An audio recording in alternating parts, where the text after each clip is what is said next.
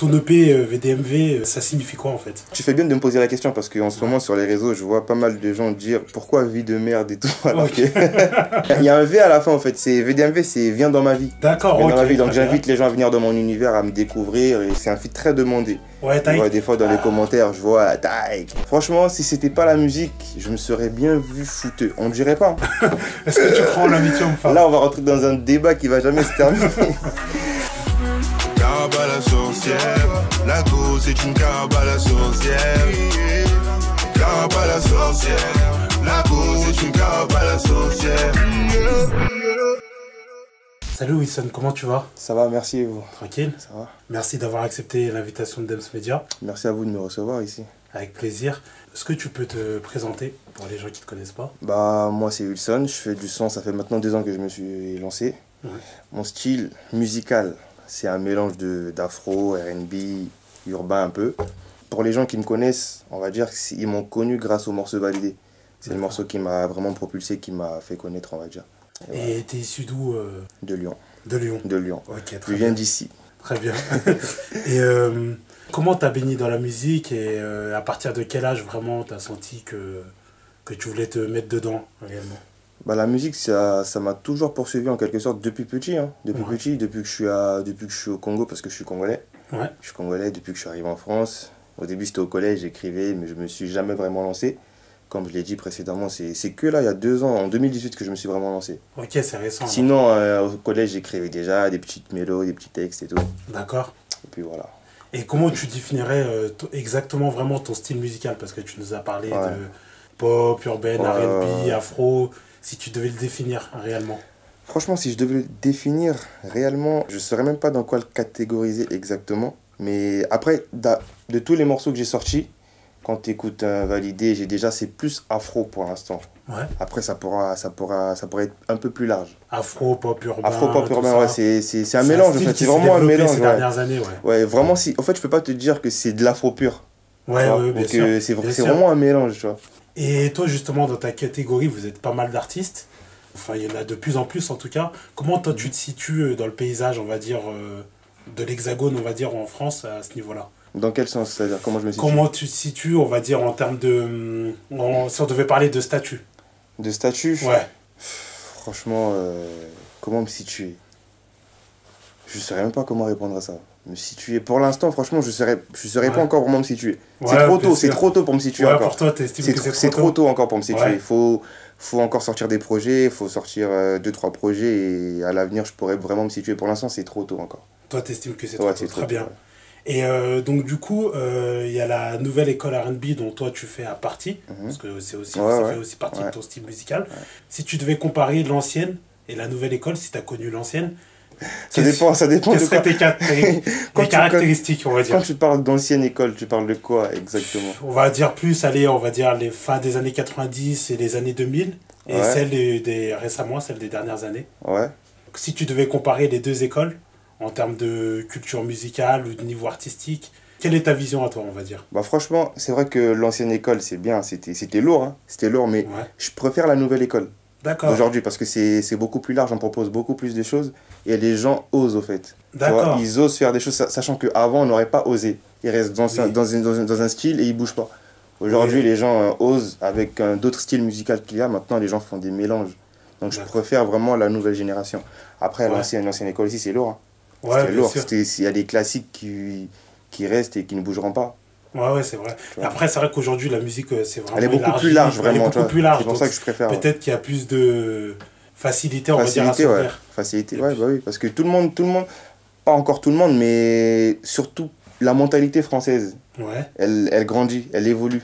Bien sûr. Parce qu'on s'influence un peu des gens des States. Le style musical, vraiment, s'élargit. Donc, je préfère vraiment maintenant, aujourd'hui. D'accord. Et aujourd'hui, après 3 ans d'activité, est-ce que tu vis de la musique? Ouais, si, je vis de la musique. Ouais. Et je paye mon essence quand même, tout le temps. C'est mon moyen de déplacement quand même, la voiture. Donc, à partir du moment où je paye mon essence et je me déplace tout le temps, c'est bon, je vis de la musique. Ok, très bien. Et si c'était pas la musique, c'était quoi, à ton avis? On m'a déjà posé cette question, mon manager, il avait rigolé, je me souviens. Ah ouais? Franchement, si c'était pas la musique, je me serais bien vu fouteux. On ne dirait pas. Ok. On dirait pas, mais foot... Pourquoi on dirait pas? Il n'y a pas de... Non, parce qu'il y a rien qui reflète le foot quand on me regarde. Ouais, okay. Il y a rien qui reflète vraiment le foot. On dirait plus basket. Ouais, on dirait plus basket. On aurait dit plus basket. Je suis grande taille, t-shirt un peu large et tout. Oui. Non, foot parce que au bled, on faisait du foot. Hein. D'accord, ok. On faisait du foot. Tu connais, les Congolais, on est un peu dans tout. Et d'ailleurs, Congo-Brazza, Kinshasa... Brazza, je précise, Brazza. Okay. Mais pour moi, c'est l'union fait la force. Pour moi, c'est la même chose. Et t'écris seul ou pas? Il y a des textes, il y a des sons à moi que j'écris seul, et il y a des sons où on écrit tous ensemble au studio quand on est en équipe, quand on est en séminaire ou quand on est même ici à Lyon. D'accord. On écrit, il y en a qui proposent des idées et on les colle et voilà. Quand tu dis on, c'est qui? On, c'est moi, mon manager, mon compositeur, celui avec qui j'ai l'habitude de bosser, le Brix. Quand on entend au début des morceaux, il y a cette fameuse grosse voix là. Okay. Il y a le Brix et en équipe.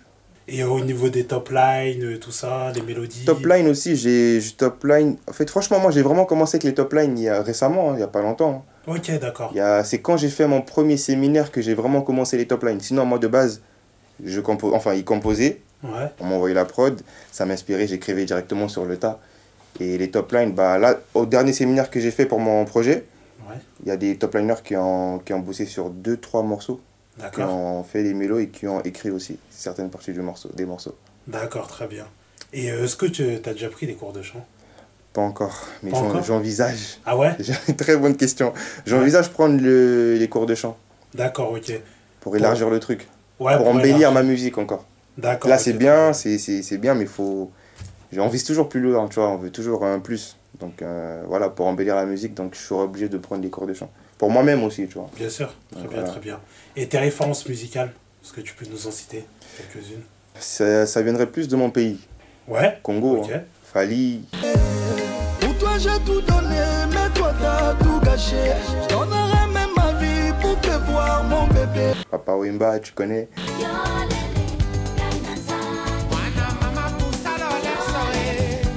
Ferré. Mais t'es de quelle origine d'ailleurs en fait? Moi je suis entier. Entier? Ah, sérieux? On dirait pas. Hein. La Guadeloupe, c'est ça. C'est vrai. Ouais, moi mes influences, ça vient plus de mon pays en fait. Ouais. Plus de mon pays. Et par exemple, en ce moment, Wilson, qu'est-ce qu'il écoute? Tu peux nous dire? Franchement. Vu que t'es souvent en voiture. En ce moment, j'écoute beaucoup Fali. Non, pour de vrai. Hein. C'est pas parce que c'est vrai. En ce moment, j'écoute beaucoup Fali. Vraiment parce je le trouve vraiment fort. C'est un artiste complet. C'est un artiste vraiment complet. Ok, je l'ai déjà reçu en showcase d'ailleurs. Ah ouais? Il y a quelques années.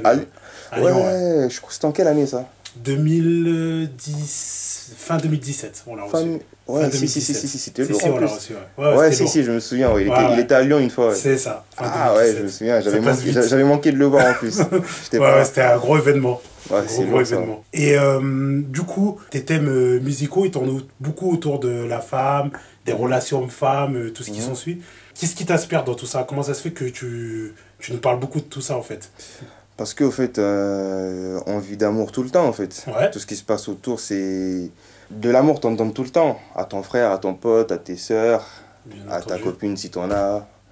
Et puis voilà, donc c'est vraiment tout ça qui m'inspire. Et c'est ce qui fait que je parle souvent d'amour aussi. D'accord. C'est quoi pour toi ta vision de la relation homme-femme? Est-ce que déjà tu crois en l'amitié homme-femme déjà? Est-ce que tu crois en l'amitié homme-femme? Là, on va rentrer dans un débat qui va jamais se terminer. Franchement, est-ce que je crois en l'amitié homme-femme? Ouais. Ah, c'est compliqué, hein? Ouais, c'est compliqué. C'est compliqué. Après, il y en a qui sont potes, hein? Il y en a qui sont potes, mais je pense que ceux qui sont l'amitié homme-femme, c'est quand il n'y a pas d'attirance que ça peut se faire. Ouais. S'il y a de l'attirance ou si le gars est beau, la meuf est belle ou elle est bien faite de sa personne, il y aura forcément une attirance, tu vois. Bien sûr. S'il n'y a pas d'attirance là, ouais, ça peut se faire, mais c'est compliqué, amitié homme-femme. Et voire toi, pas possible. Dans tes morceaux, vu que tu parles beaucoup des relations hommes-femmes, ouais. Tu t'inspires de ton propre vécu ou... Moi, je m'inspire de mon vécu à moi et celui de mon entourage aussi. D'accord. Comme je l'ai dit dans un autre interview, le morceau Validé, c'est je parle d'un pote à moi, je me suis inspiré de lui. Je t'avais validé. Aujourd'hui quand je te vois, je ne sais plus quitter. J'avais confiance en toi, jamais j'ai douté. Et je m'inspire aussi de mon vécu à moi, de mon passé, le présent maintenant. Et Wilson, c'est un cœur à prendre ou pas alors? Wilson, c'est un cœur réservé. Réservé, les gars, réservé. Ok, cool. Et bon, t'avais sorti un EP aussi en 2019. Ouais. Et qui je suis, ouais. Quels ont été les retours? Qu'est-ce que t'en tires? Franchement, j'ai eu des très bons retours. Ouais. Et il y a des sons qui ont vraiment fonctionné. Bah, Piqué. Ah, moi je suis piqué, moi je suis piqué, mais je te dis pas, moi je suis piqué. L'idée, c'est compliqué, j'étais en feat avec un artiste, Brian. Ouais. Il y a des sons qui ont bien fonctionné, donc je suis content de ce projet. Très content. Et ton EP VDMV, ça signifie quoi en fait? VDMV, d'ailleurs tu fais bien de me poser la question parce qu'en ce moment sur les réseaux je vois pas mal de gens dire pourquoi vie de merde et tout. Alors okay. Il y a un V à la fin en fait, c'est VDMV, c'est viens dans ma vie. D'accord, dans ma vie. Donc j'invite les gens à venir dans mon univers, à me découvrir et c'est plus ça la signification de VDMV. Parce que je vois il y a des gens qui disent vie de merde et ils comprennent pas. Ok, donc voilà, c'est ça. T'as des objectifs précis par rapport à ce projet ou c'est... Enfin, est-ce que tu as des attentes, on va dire, précises dessus? Franchement, mes attentes, c'est que, comme je le dis souvent, que les meilleurs morceaux voyagent. Les morceaux qui méritent de voyager, soient vraiment le plus vus. Et si ça peut aller encore plus loin, ça doit le faire. C'est l'objectif. C'est vraiment mes attentes, quoi. Bon, on sait que Validé, c'est ton plus gros succès, jusqu'à aujourd'hui, en tout cas à ce jour. Qu'est-ce que t'as apporté ce morceau? Franchement, ça m'a apporté de la visibilité déjà, un peu de visibilité, et ça m'a permis de passer un autre palier, on va dire. D'accord. Un autre palier, et ça m'a... grâce à ce morceau aussi, ça m'a permis d'entrer, de faire des premières parties de VG, par exemple.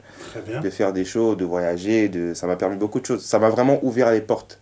D'accord. Pas que dans le style, pas que musicalement, même en voyageant et tout, ça m'a vraiment ouvert les portes, ce morceau. Pour l'instant, c'est mon classique encore. Ouais, c'est ton classique. C'est mon classique encore, Et d'ailleurs, on a remarqué aussi que tu fais très peu de featuring.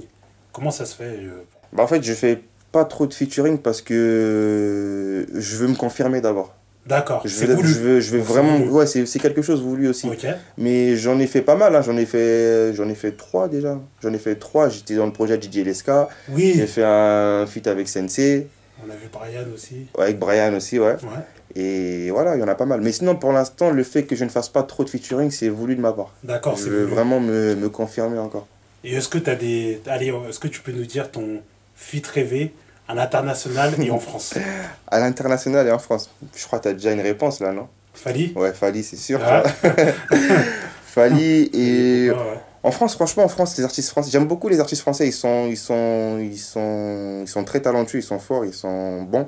Bah moi, je suis très bien avec Dadju. Dadju, ah ok. Dadju, avec... ça colle en fait. Ça colle aussi, les deux univers se mélangent presque. Bien sûr. Et avec Taïk aussi, déjà c'est un feat très demandé. Ouais, Taïk. Des fois dans les commentaires, je vois Taïk. Il y a beaucoup de similitudes quand même. Hein. Ouais. C'est le même style musical, déjà vous êtes dans la même graine. Ouais, la même graine, on va dire. Et il y a quand même beaucoup de similitudes quand même. Et avec des rappeurs aussi, des Nino, tout ça, c'est... Ça changerait, ça fait très lourd aussi, Et d'ailleurs, t'en penses quoi des rappeurs en France, tout ce qui s'ensuit, t'en penses quoi? Ils sont forts, d'ailleurs, là, il y a... La drill, c'est récent. Enfin, c'est récent, c'est vraiment que maintenant qu'ils sont propulsés en France. Sinon, au States, ils le font déjà depuis, mais ils sont très chauds. Quand tu vois les gazos arriver, les Koba, tout ça, c'est lourd. Et puis moi, je suis très ouvert musicalement. Ouais. Je suis très ouvert, donc je peux tout écouter, du rap et tout. Je suis vraiment... Quand la musique est bonne, elle est bonne, tu vois. Je suis pas compliqué. Et être artiste et être lyonnais. En même temps, on sait que Lyon, en même temps, c'est une grande ville, mais en même temps, c'est pas un village, mais petit coin, tout le monde se connaît. Tout le monde se connaît. De loin. Comment tu vis ça au quotidien? Je le vis bien. Ouais. Je le vis bien, franchement, il n'y a pas de... C'est cool. Ouais. C'est pas compliqué. Tu sors de temps en temps, enfin, hors Covid, bien entendu. Hors Covid. Bon, là, c'est vrai, comme tu dis, hors Covid, parce que là, c'est le Covid, en ce moment, on sort pas trop. Ouais. Ben ouais, moi, dans la ville même, Lyon, quand je sors vraiment, c'est pour des achats. D'accord, ok, très bien. C'est pour des achats où la dernière fois où je suis vraiment sorti, à part faire les achats, je crois que j'étais au ciné. D'accord, ok. Ciné, c'est un truc du genre. Ok. Sinon, je sors pas beaucoup. Sinon, je suis plus en studio, je suis plus avec mes gars, la famille, tout ça. Ouais, vous travaillez. Ouais. Vous travaillez à fond. Ok. Et t'es signé en label? Ouais, Uida Studio. Ok. En coproduction avec Diaz & Co. Ouais. Et ouais, voilà. D'accord. T'avais eu des propositions, Franchement, on a eu pas mal de propositions. On en avait eu des propositions. Et on en a encore. Bah, maintenant, on verra ce que l'avenir nous réserve. Ouais. On verra avec le temps. Parce que tu parles souvent aussi d'entourage, que c'est important de bien s'entourer. C'est très important. C'est très bien dans la musique. Très important. C'est... Donc, voir, je crois que c'est même le plus important. Ouais. C'est même le plus important. L'entourage, quand tu es bien entouré, ça va avec. Quand tu n'es pas bien entouré, c'est ce qui cause ta chute aussi, comme ça peut causer ton développement. Tu vois. Exactement. Et d'ailleurs, avant de signer, Comment ça se passait pour financer les heures de studio, tout ce qui s'ensuit?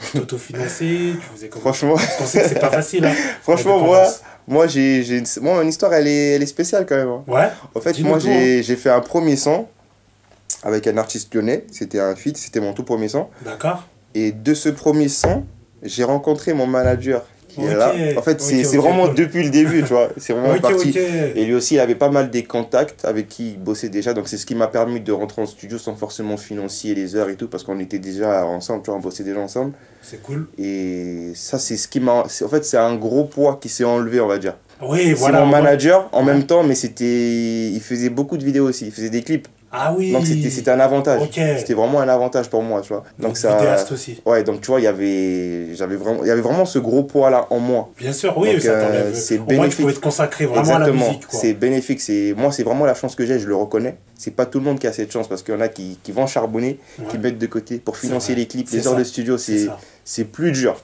même mentalement. Non, bah c'est bien, Wilson, en tout cas, il se consacre qu'à sa musique.